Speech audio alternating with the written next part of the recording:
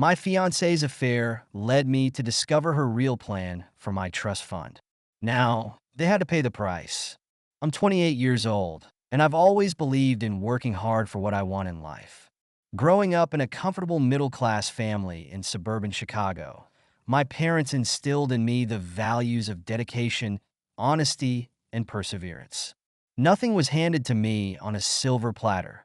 Every achievement was earned through determination and sacrifice. After graduating from college, I threw myself into my career in financial consulting, often working 60-hour weeks and sacrificing my personal life for professional success.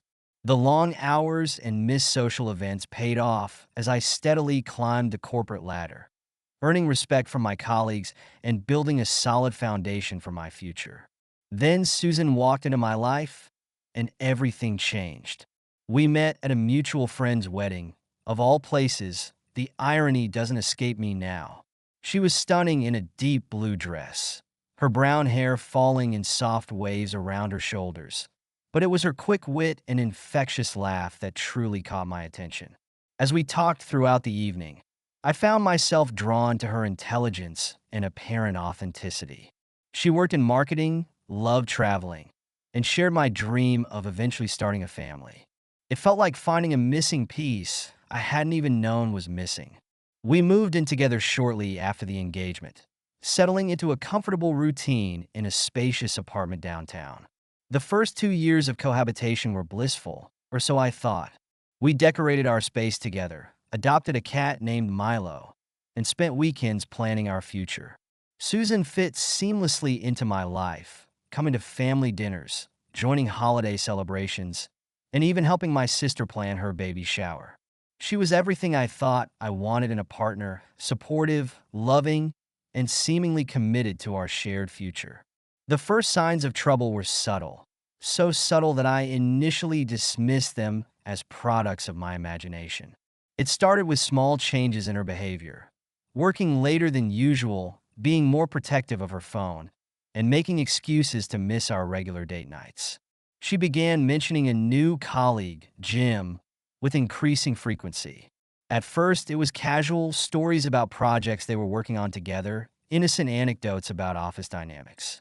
But something about the way her eyes lit up when she spoke about him made me uneasy. The late nights at work became more frequent, often accompanied by vague explanations about client meetings and project deadlines. When I suggested joining her for dinner during these late nights, there was always a reason why it wasn't convenient. The scent of unfamiliar cologne lingering on her clothes after these meetings sent warning signals through my mind, but I pushed them aside, not wanting to appear paranoid or controlling. Then came the business trips. Susan and Jim were suddenly being sent to conferences and client meetings together with increasing frequency. The explanations were always plausible. They were working on the same accounts, their skills complemented each other. It was more cost-effective for the company. But the photos she posted on social media from these trips told a different story. Dinners that looked more intimate than professional, social activities that seemed beyond the scope of business travel. I tried to voice my concerns, but Susan had a way of making me feel like I was being unreasonable. "You're being paranoid," she'd say, her voice taking on that condescending tone that had become increasingly familiar. "Jim is just a colleague. Besides, don't you trust me?" She'd turn it around, making me feel guilty for questioning her, until I found myself apologizing for having doubts in the first place. The night I overheard her phone conversation with Jim was both the worst and, in retrospect, the best thing that could have happened. I'd come home early, a rare occurrence given my usual schedule, and heard her voice coming from our bedroom. She was speaking in that soft, intimate tone I used to think was reserved for me. "I know you want to be with him, but I can't leave him yet," she was saying, unaware of my presence. "We're too close to the wedding, and I don't want to raise suspicion. But after it, I'm all yours."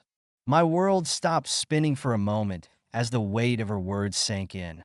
She was planning to go through with our wedding while carrying on an affair, intending to leave me once she had secured whatever she was after. The confrontation that followed was both heated and revealing. When I walked into the bedroom, phone still in her hand, The look of shock on her face quickly transformed into something else, not guilt or remorse, but rather annoyance at being caught. Her initial attempts to deny everything quickly gave way to justifications and blame shifting. "It's not what you think," she started, but I cut her off. "I heard everything, Susan. How long has this been going on?" She paused, calculating her response. "It's complicated," she finally said. "Jim understands me in a way you never have. It's not just physical, we connect on a deeper level." The casual way she admitted to the affair, as if it were a minor inconvenience rather than a complete betrayal of our relationship, struck me harder than any physical blow could have. When I pressed for more details, the truth came pouring out. She and Jim had been seeing each other for months, their business trips providing convenient cover for their rendezvous. The emotional depth of their relationship became clear as she spoke about their connection, their shared dreams, their plans for the future, plans that had never included me. I told her to leave that night, but her response was not what I expected. Instead of showing remorse or asking for forgiveness, she became defensive and manipulative. "You're overreacting," she said, gathering some of her things. "This is just a bump in the road. We can work through this if you'd just be more understanding." Her attempt to gaslight me into accepting her betrayal as something I should simply get over was the final straw. The next morning, as she packed her remaining belongings, her true colors showed even more clearly. "Don't be so dramatic," she said, her voice dripping with condescension. "It's just a little mistake. We can fix this, but you have to stop being so controlling." The fact that she could frame her months-long affair as a minor indiscretion and my reaction as controlling behavior showed me exactly who she really was. But the real shock came 2 weeks later when Susan appeared at my door with Jim in tow. They stood there, hand in hand, with an air of smug satisfaction that made my stomach turn. She announced they were living together now, as if this should be perfectly acceptable to me. The audacity of their behavior was stunning. Not only had they betrayed me, but they seemed to take pleasure in flaunting their relationship. Susan's next move was perhaps the most bewildering. She informed me that she and Jim were planning to get married, and she expected me to take the high road and be happy for them. She even had the nerve to suggest she was doing me a favor by letting me keep our house while she started her new life with Jim. The complete lack of empathy or recognition of the pain she had caused was astounding. Their vacation to Italy, posted all over social media with captions about new beginnings and true love, was like salt in an open wound. They seemed to go out of their way to document their happiness, tagging mutual friends and sharing photos in places we had once planned to visit together. It was a calculated display meant to show everyone how wonderful their life was, regardless of who they had hurt in the process. When Susan reached out weeks later, wanting to talk about the future, I had finally reached my breaking point. I blocked her number and began taking steps to protect myself legally. A consultation with my lawyer revealed that Susan had already attempted to access our joint accounts and the trust fund set up by my family. Her sense of entitlement extended beyond our emotional relationship. She still believed she had a right to the financial benefits of our relationship, despite her betrayal. The legal battle that followed was swift and decisive. My lawyer helped me freeze the accounts and serve Susan with papers, actions that seemed to genuinely surprise her. She had apparently assumed I would continue to be passive, allowing her to take whatever she wanted while she built her new life with Jim. The reality check was harsh and long overdue. The truth about Susan's motivations came to light in an unexpected way. A month after freezing the accounts, I received a call from Susan's former best friend from college. She finally decided to tell me everything she knew. "She targeted you from the beginning," she admitted, unable to meet my eyes. "At that wedding where you met, it wasn't a coincidence. She'd researched you beforehand, knew about your career trajectory, your family's financial status, everything." The coffee in my cup grew cold as Sarah detailed how Susan had orchestrated our entire relationship. Apparently, Susan had a pattern. She would seek out successful, kind-hearted men from stable families, cultivate relationships with them, and then find ways to secure financial benefits before moving on. Jim wasn't just an affair partner. He was her next mark, though she hadn't counted on him having his own agenda. She saw you as the perfect stepping stone, her voice heavy with guilt. Young enough to be ambitious, but established enough to provide stability. She planned to wait until after the wedding to leave because she thought it would give her better leverage in the divorce. The methodical nature of the deception made my stomach turn.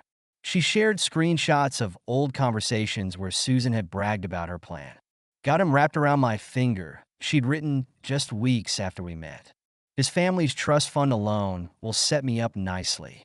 Reading those messages, seeing how she'd mocked my trust and affection, was like being betrayed all over again.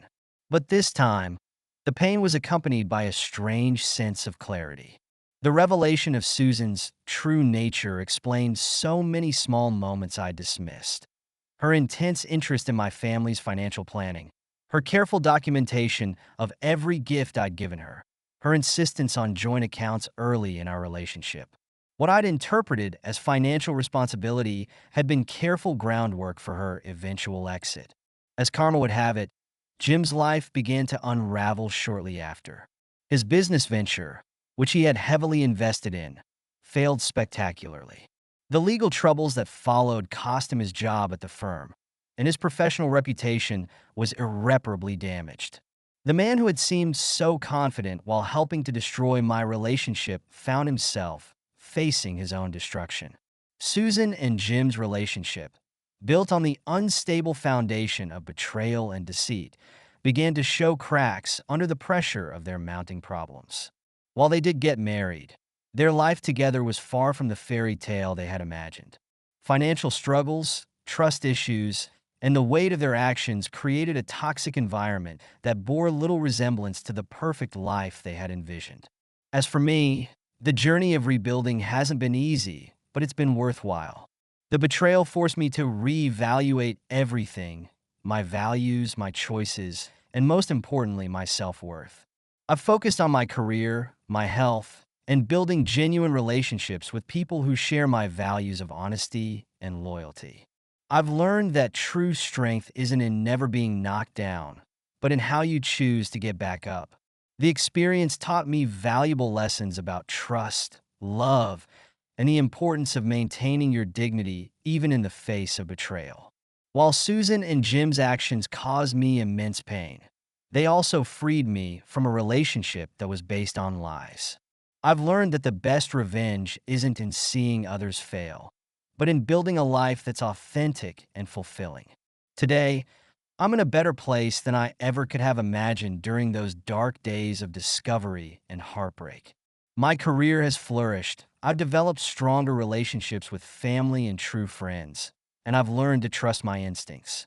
While I'm more cautious now about relationships, I haven't let the experience make me bitter or cynical. Instead, it's made me more discerning, more self-aware, and ultimately stronger. Looking back, I can see that what felt like the end of my world was actually the beginning of a better one. The betrayal by Susan and Jim, while painful, pushed me to grow in ways I never would have otherwise. It taught me that sometimes the worst things that happen to us lead us to the best versions of ourselves.